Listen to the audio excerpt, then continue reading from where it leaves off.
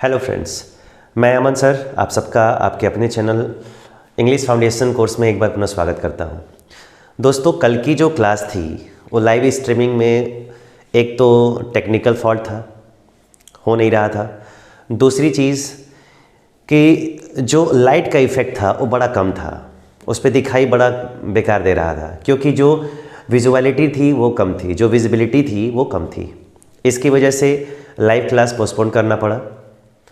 लेकिन आज की क्लास में आज हम पढ़ने की कोशिश करेंगे कि डिमॉन्स्ट्रेटिव एडजेक्टिव का कॉन्सेप्ट क्या होता है। जल्दी शुरू करेंगे, उसमें ज़्यादा टाइम नहीं है, अब तो हो ही गया है। थोड़ा सा जो टेक्निकल सपोर्टर है उनको मैंने बुलाया है, आ जाएंगे, एक बार बता देंगे, उसके बाद मैं क्लासेस रेगुलर कर दूंगा।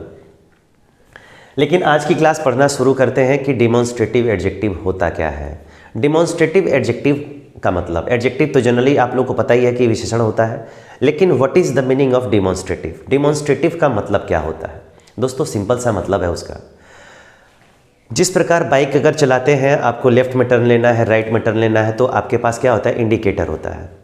इंडिकेटर होता है, तो जो इंडिकेटर होता है उसी को हम लोग इंग्लिश में बोलते हैं डिमॉन्स्ट्रेटिव। इंडिकेट करना मतलब इशारा करना, बताना। ऐसे एडजेक्टिव जिसका इस्तेमाल किसी भी व्यक्ति वस्तु की ओर इशारा करने के लिए होता है, पॉइंट आउट करने के लिए होता है, उसे हम डिमॉन्स्ट्रेटिव एडजेक्टिव के नाम से जानते हैं।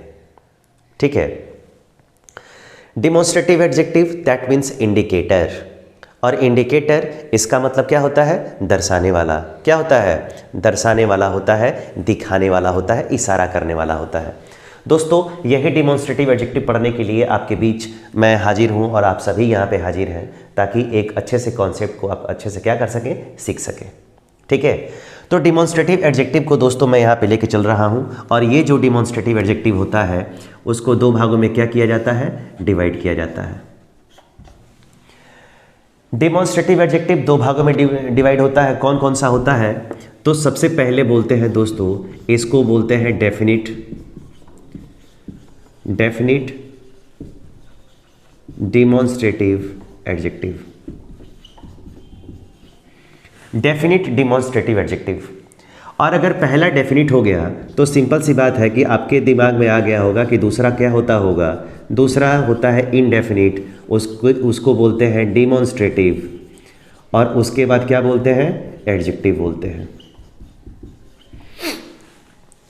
फिर से एक बार, जितने लोग बाद में जुड़ रहे हैं, मैं उन सबको एक बार, उन सारे विद्यार्थियों को एक बार और से बताना चाहूँगा कि डेफिनिट जो डिमॉन्स्ट्रेटिव एडजेक्टिव है, इसका कॉन्सेप्ट बड़ा ही सरल और स्पष्ट है कि इस एडजेक्टिव का प्रयोग किसी भी व्यक्ति अथवा वस्तु की ओर इशारा करने के लिए होता है, उसकी ओर संकेत करने के लिए होता है।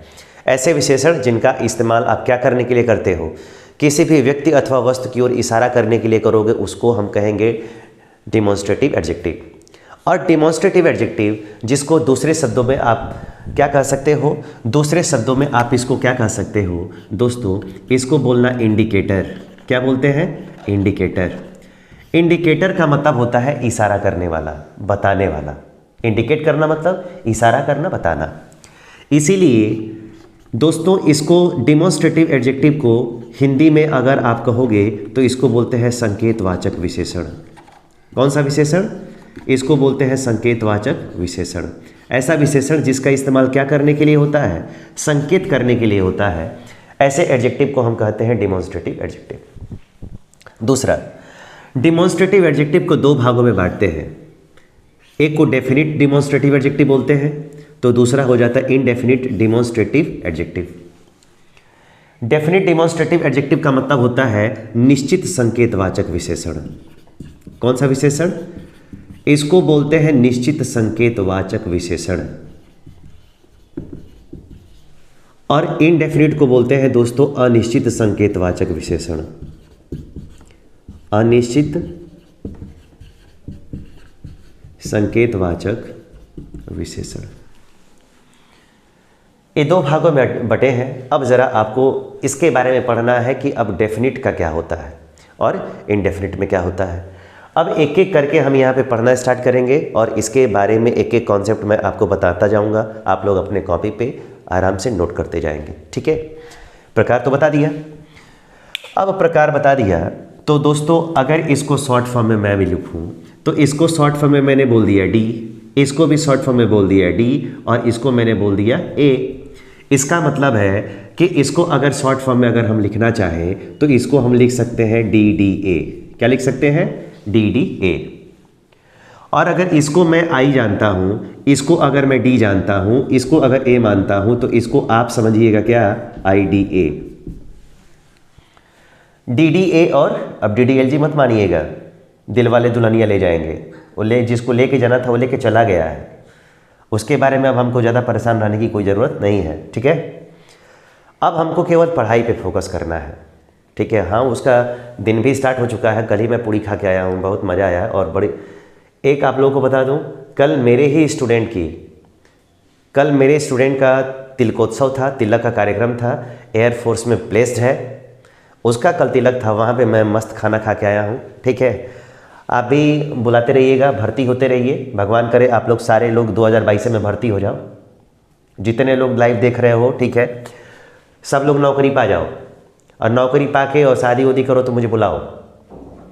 बुलाना, खाना बढ़िया क्वालिटी का बनाना, आएंगे खाएंगे मस्त और फिर जाएंगे हम। ठीक है, चलो। तो मैंने क्या बोला?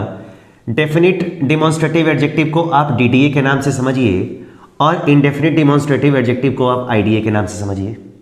ठीक है, अब ज़रा हम पढ़ना स्टार्ट करते हैं कि ये क्या होता है। सबसे पहले हम यहाँ पे पढ़ेंगे डी डी ए। क्या पढ़ेंगे? D D A. D D A का जो टाइप्स होगा वो कितना होगा? तो डी डी ए का जो टाइप्स होगा वो मैं आपको बता रहा हूँ कि ये कितना होगा। अब तीर तो लंबा चौड़ा बन गया, इसका मतलब है कि प्रकार भी लंबे चौड़े होते होंगे। तो अगर मैं आपसे बोलूं कि डीडीए की संख्या कितनी होती है, डीडीए कितने टाइप्स का होता है, तो आप बोलोगे कि डीडीए जो होता है वो छक्का टाइप होता है। कितने टाइप होता है? छक्का टाइप होता है। इसका मतलब है कि 6 टाइप का होता है। कौन कौन सा होता है उसको एक एक करके पढ़ते हैं। पहला टाइप, यहाँ पे दूसरा टाइप, यहाँ पे तीसरा टाइप, यहाँ पे चौथा टाइप, और यहाँ पे कौन सा टाइप? पाँचवा, और ये कौन सा हो गया? छठवां। इसको आप समझो एक के नाम से। 2, यहाँ पे 3 हो गया, यहाँ पे 4 हो गया, यहाँ पे 5, और यहाँ पे कौन सा हो गया? छठा। एक एक करके पढ़ेंगे, समझेंगे उसको। डीडीए कितने टाइप का होता है? 6 प्रकार का होता है। कितना होता है? 6। पहला, जिसको आप लोग जानेंगे THIS के नाम से। दूसरा जो होगा उसको जानना THAT के नाम से। तीसरा जो होगा उसको समझना THESE के नाम से, यानी कि डीज के नाम से। चौथा जो होगा उसको समझना दोज के नाम से। पांचवा जो होगा उसको समझना SUCH के नाम से, और छठा जो होगा उसको आप समझेंगे द सेम के नाम से। तो ये 6 लोग होते हैं जिसको आप लोग डेफिनिट डिमॉन्स्ट्रेटिव एडजेक्टिव के नाम से जानोगे। अब इनकी क्वालिटी अलग अलग है, इसके बारे में आपको अलग अलग क्या करनी है? राय रखनी है। अलग अलग इनकी प्रॉपर्टीज़ है, अलग अलग इनका यूज़ है। इन सारे कॉन्सेप्ट को अब एक एक करके मैं आपको पढ़ाऊँगा। ठीक है, चलिए पहले इनका मैं हिंदी मतलब बताता चलूँ। हिंदी इसका मैं मतलब बताता।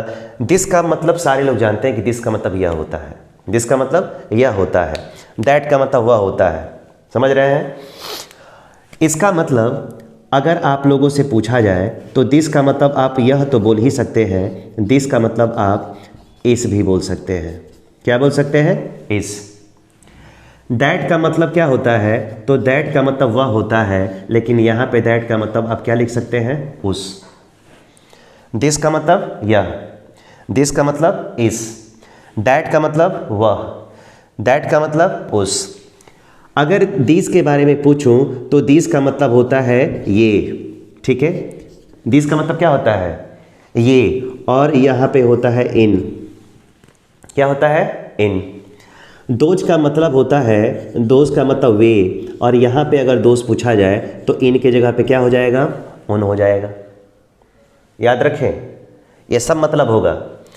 सच का मतलब आपसे अगर पूछता है कोई तो सच का मतलब होता है ऐसा। क्या होता है? ऐसा। सच का मतलब अगर कोई पूछेगा तो उसका मतलब होता है ऐसी, और अगर सच का मतलब कोई पूछता है तो इसका मतलब होता है, ठीक है, ऐसे।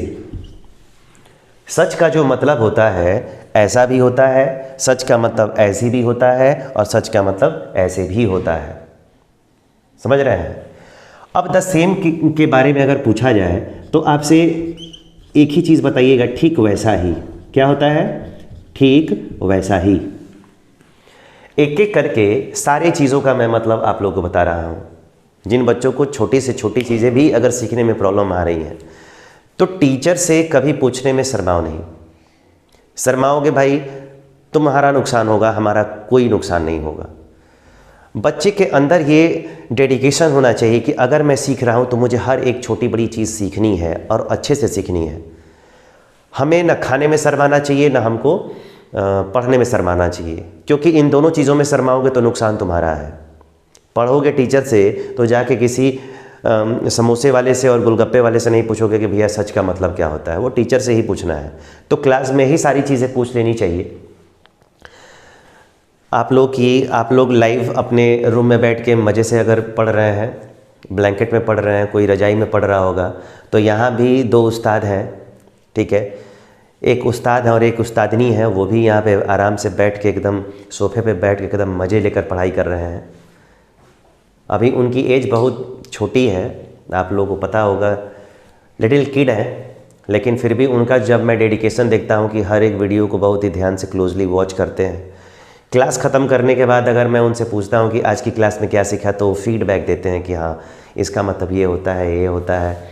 क्वेश्चन रेज करते हैं, बड़ा मज़ा आता है, इसीलिए मुझे और पढ़ाने का मन करता है, ठीक है। और जब लाइव हो जाएगी तब तो पूछना ही नहीं है।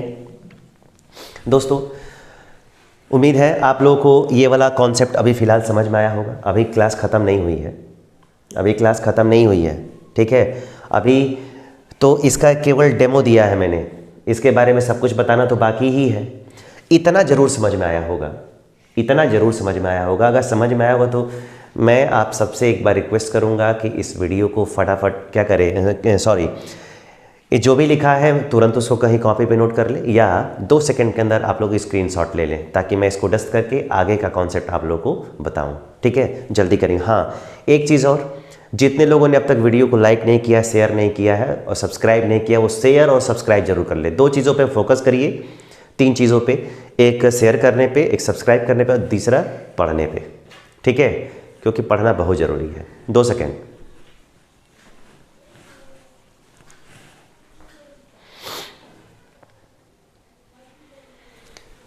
क्लियर दिख रहा है? चलिए, आप लोगों का दिया हुआ समय खत्म हो गया, और अगर समय खत्म हो गया तो मैं अपने सैनिटाइज़र का यूज़ करूं ताकि मुझे डस्ट करना है, ठीक है।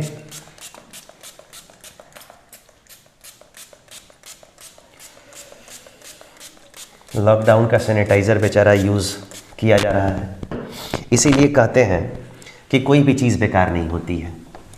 किसका यूज़ कहाँ पे है कोई नहीं जानता है। आज मैंने कभी नहीं सोचा था कि ये जो सैनिटाइज़र है वो मेरे किसी काम आ सकता है, लेकिन ये सैनिटाइज़र जो मेरी बुआ मेरे लिए लाई थी वो आज मेरे काम आ रहा है, हम सबके काम आ रहा है, आपके भी काम आ रहा है, जो डस्ट करने में मेरी मदद करता है।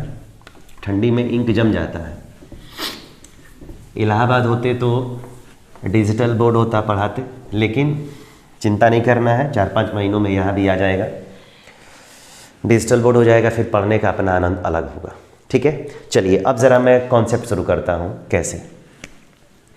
अब यहाँ से ध्यान देने की ज़रूरत है दोस्तों। यहाँ पे आ जाएगा THIS दिस, और यहाँ पे आ जाएगा THAT दैट। इस कॉन्सेप्ट को अब एक एक करके ध्यान से पढ़ना है ताकि आपको एक एक चीज़ें समझ में आती रहे। समझ में आ रहा है? अब ज़रा मैं बताऊं कि दिस और दैट अगर ये एडजेक्टिव फॉर्म में काम करते हैं, दिस और दैट अगर एडजेक्टिव फॉर्म में काम करते हैं, तो सबसे पहले आपको मैं इसका डेफिनेशन समझा दूं कि यहाँ पे हो गया पास और यहाँ पे हो गया दूर, कि एक व्यक्ति और मुझे यहाँ पे नहीं लिखना चाहिए था, एक व्यक्ति या लिखना चाहिए था। क्यों, मैं अभी बता रहा हूं। एक व्यक्ति या एक वस्तु के लिए होता है, वस्तु के लिए होता है। अब ज़रा आप सोच रहे होंगे कि मैंने ऐसा क्यों लिखा है, तो मैं दोस्तों आपको बता रहा हूँ, दिस का जो प्रयोग होता है, दिस का प्रयोग ऊपर वाले के लिए मैं बोल रहा हूँ, दिस का प्रयोग पास की एक व्यक्ति और एक वस्तु के लिए होता है। कितने व्यक्ति के लिए? एक व्यक्ति के लिए या एक वस्तु के लिए। मतलब साफ है। अगर मैंने और लिखा होता, इसका मतलब है कि एक व्यक्ति और एक वस्तु के लिए होता है। इसका मतलब एक और एक मिलके कितने हो जाते? 2 हो जाते। इसका मतलब है कि दिस और दैट की जो डेफिनेशन होती गलत हो जाती। क्यों? क्योंकि दिस और दैट जो होते हैं दोस्तों सिंगुलर होते हैं। किस प्रकार के होंगे? ये सिंगुलर होंगे। आप लोग डेमोन्स्ट्रेटिव प्रोनाउन में ये कॉन्सेप्ट पढ़ चुके होंगे, ठीक है। लेकिन मैं फिर से एक बार रिवीजन करता हूं। दिस का प्रयोग पास की एक व्यक्ति और एक वस्तु के लिए करते हैं, जबकि दैट का प्रयोग दूर की एक व्यक्ति और एक वस्तु के लिए करते हैं। दिस और दैट में केवल अंतर इतना है कि जो भी व्यक्ति और वस्तु के लिए इसका इस्तेमाल करेंगे, दिस का करेंगे इसका मतलब वो हमसे पास है, दैट का प्रयोग करेंगे इसका मतलब वो हमसे दूर है, ठीक है। अब देखिए इसका जरा कॉन्सेप्ट समझिए आप। अगर मान लो कि यहाँ पे दिस है और दोस्तों यहाँ पर क्या आ गया? यहाँ पर आ गया दैट। अगर ये दोनों आ गया, यही मेन फॉर्मूला है, यही जो मैं बता रहा हूँ आप सबके लिए, यही मेन फॉर्मूला है जिसको याद रखना है। दिस और दैट आ गया तो दिस और दैट के बाद यहाँ पे दोस्तों जो भी नाउन होगा, जो भी नाउन होगा वो सिंगुलर नाउन ही होगा। याद रखें, मैं यहाँ पे प्रेशर दे रहा हूँ कि दिस और दैट के बाद जो भी यहाँ पे नाउन होगा सिंगुलर नाउन ही होगा।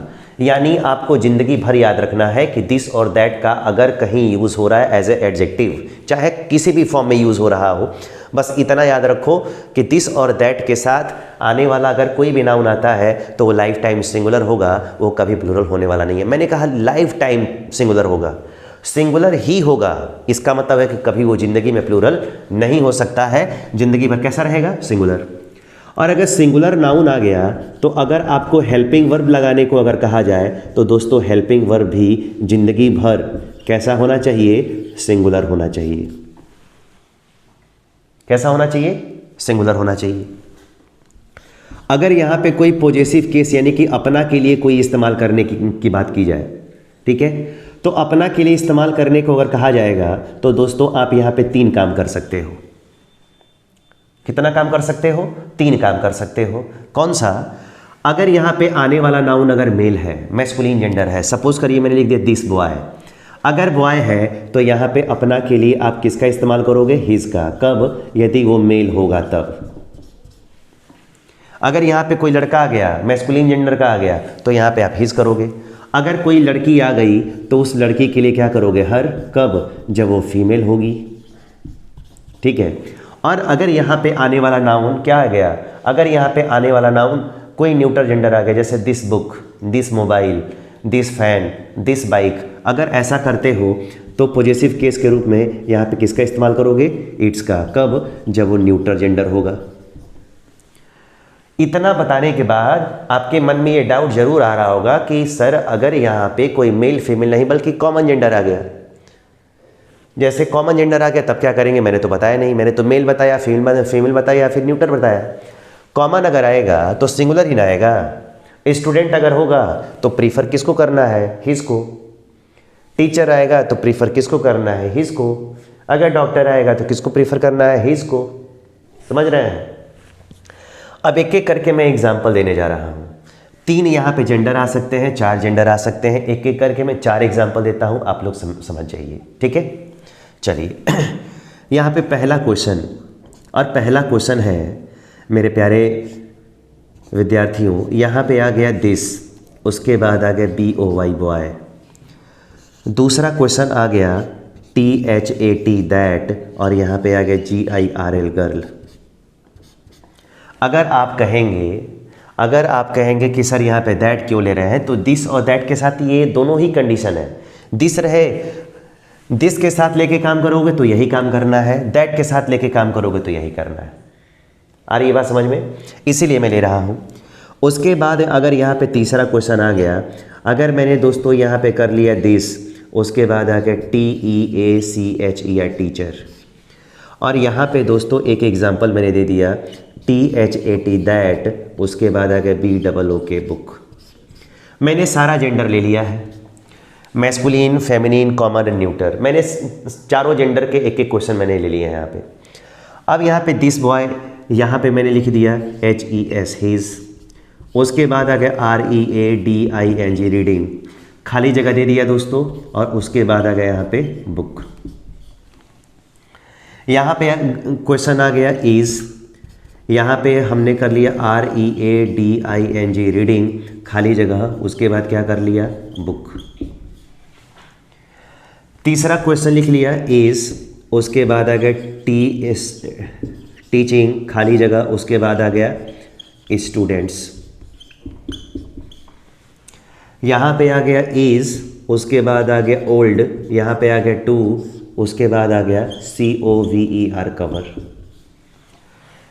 अब ज़रा 4 क्वेश्चन है और ये चारों क्वेश्चन में बड़े आराम से आपको एक एक पॉइंट में करके अंडरलाइन करते जाइए। जैसे मैं लिखता हूँ एकदम ऐसे अंडरलाइन करोगे भाई, तब समझ में आएगा।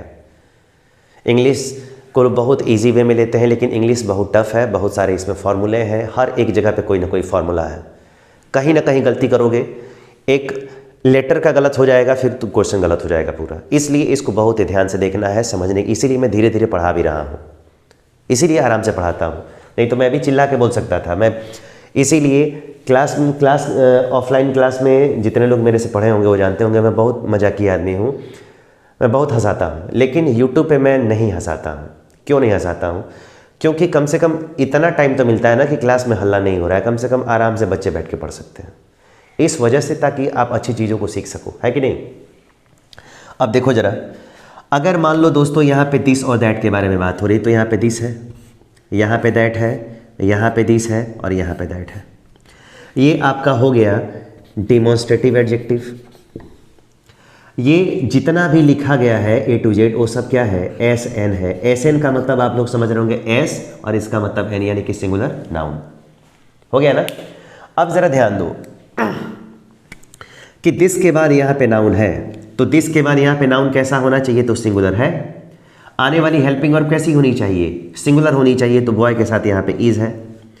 यहाँ पे तो वर्ब अपने हिसाब से आपको रखना है, जो भी रख लो। ये बताओ, मैंने कहा कि अगर यहाँ पे सिंगुलर नाउन होगा तो अपना के लिए इन तीनों में से ही कोई इस्तेमाल करोगे। यह लड़का अपनी पुस्तक पढ़ रहा है, तो ये बताओ यहाँ पे बॉय क्या है, मेल है ना, मैस्कुलिन जेंडर है, तो उसके हिसाब से यहाँ पे किसका प्रयोग करेंगे हम, हिज का। तो इसका मतलब है कि यहाँ पे हम क्या भरेंगे, हिज भरेंगे। अब आपका क्वेश्चन क्या हो गया, सही हो गया। और ये आपका कौन सा एडजेक्टिव निकला, ये आपका एडजेक्टिव हो गया डेफिनेट डेमोन्स्ट्रेटिव एडजेक्टिव। अगर दैट के बाद दोस्तों गर्ल आया है, गर्ल आई है, तो हेल्पिंग वर्ब भी तो इज आया है, यानी कि ये भी सिंगुलर है। अगर यहाँ पे लड़का था तो हिज किया, लेकिन अगर लड़की है तो यहाँ पे क्या करोगे आप, हर लिखोगे ना, तो यहाँ पे क्या लिखोगे, हर। अब आपका आंसर क्या हो गया, सही हो गया। वह लड़की अपनी पुस्तक पढ़ रही है। अगर आपको दिक्कत है कि दिस और दैट, तो जहाँ पे आप दैट रखे हो वहाँ पे दिस कर लो, जहाँ पे दिस रखे हो वहाँ पे दैट कर लो, कोई फर्क नहीं है।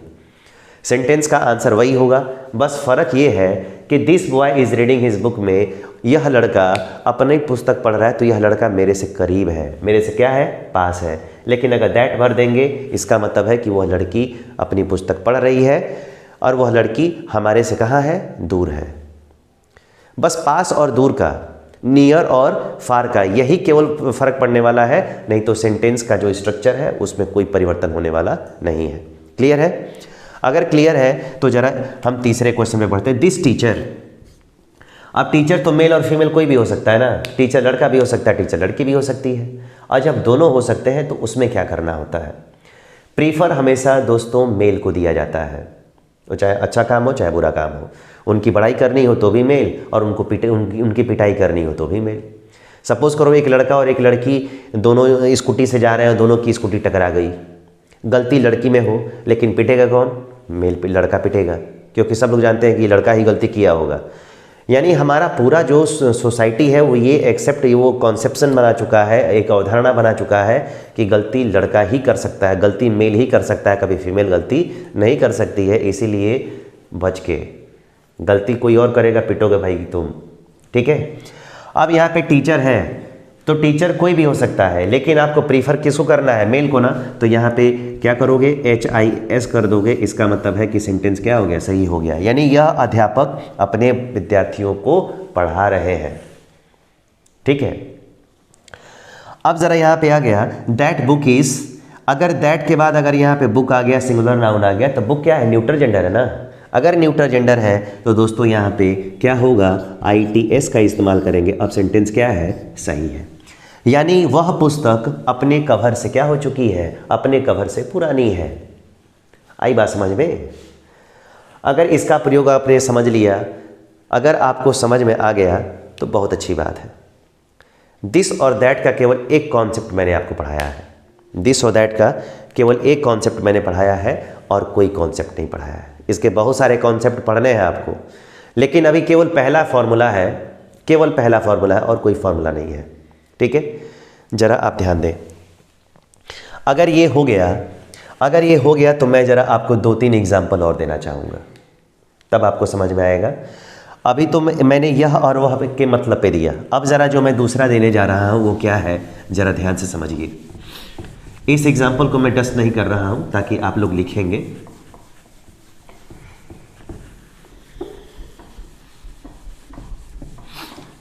अब जो मैं यहाँ पे लिखने जा रहा हूँ उस एग्जाम्पल को आप ध्यान से समझिए। ठीक है, यहाँ पे आपको एग्जाम्पल नंबर 5, अभी तक हेल्पिंग वर्ब के पहले जो आया, हेल्पिंग वर्ब के जो भी पहले आएगा वो टोटल हमारा सब्जेक्ट होगा। हेल्पिंग वर्ब के पहले, ये क्या है, हेल्पिंग वर्ब है ना, और हेल्पिंग वर्ब के पहले आने वाला क्या होता है, सब्जेक्ट होता है। अगर आपसे कोई पूछेगा कि सब्जेक्ट बॉय है कि दिस है, तो आप बताना कि दिस बॉय सब्जेक्ट है। ठीक है, दैट गर्ल सब्जेक्ट है। ठीक है, दिस टीचर सब्जेक्ट है, और यहाँ पे क्या है, दिस बुक सब्जेक्ट है। यानी एडजेक्टिव नाउन को मिला के सब्जेक्ट है। ठीक है, एडजेक्टिव और नाउन को मिला के दोनों क्या है, सब्जेक्ट है। अब ज़रा मैं इसका इस्तेमाल ऑब्जेक्टिव केस में करता हूँ। कैसे, ज़रा ध्यान दें। अगर मान लो यहाँ पे आ गया अमन, उसके बाद आ गया BOUGHT बॉट, उसके बाद आ गया दिस, उसके बाद क्या आ गया, बुक।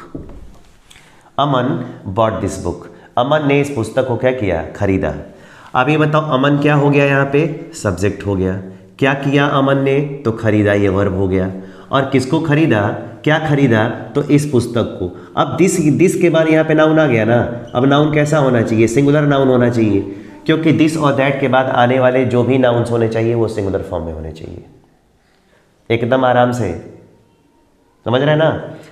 और दिस के बाद सिंगुलर नाउन आ गया, इसका मतलब है कि ये हमारा क्या हो गया, ये हमारा DDA हो गया, यानी कि डेफिनेट डेमोन्स्ट्रेटिव एडजेक्टिव हो गया। अमन ने खरीदा इस पुस्तक को, अमन ने इस पुस्तक को खरीदा। यहाँ पर मतलब आया कि यह लड़का अपनी पुस्तक पढ़ रहा है, और यहाँ पर इसका मतलब क्या हो गया, इस हो गया। ठीक है, अब ज़रा मैं एक 6वां क्वेश्चन, अगर मान लीजिए एक लड़की है जिसका नाम क्या है, तो इसका नाम है समृद्धि। क्या है, समृद्धि। उसके बाद आ गया READS रीड्स, समृद्धि पढ़ती है। उसके बाद आ गया THIS दिस, और उसके बाद आ गया NOVEL नॉवेल।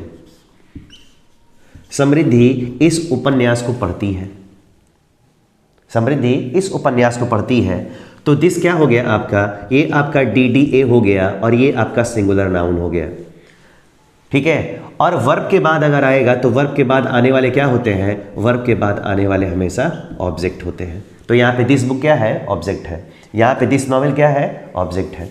अब ज़रा एक और क्वेश्चन करते हैं, और ये क्वेश्चन जाता है किसको, अगर मान लो यहाँ पे आ गया HARSH हर्ष, उसके बाद आ गया वर्धन, हर्षवर्धन।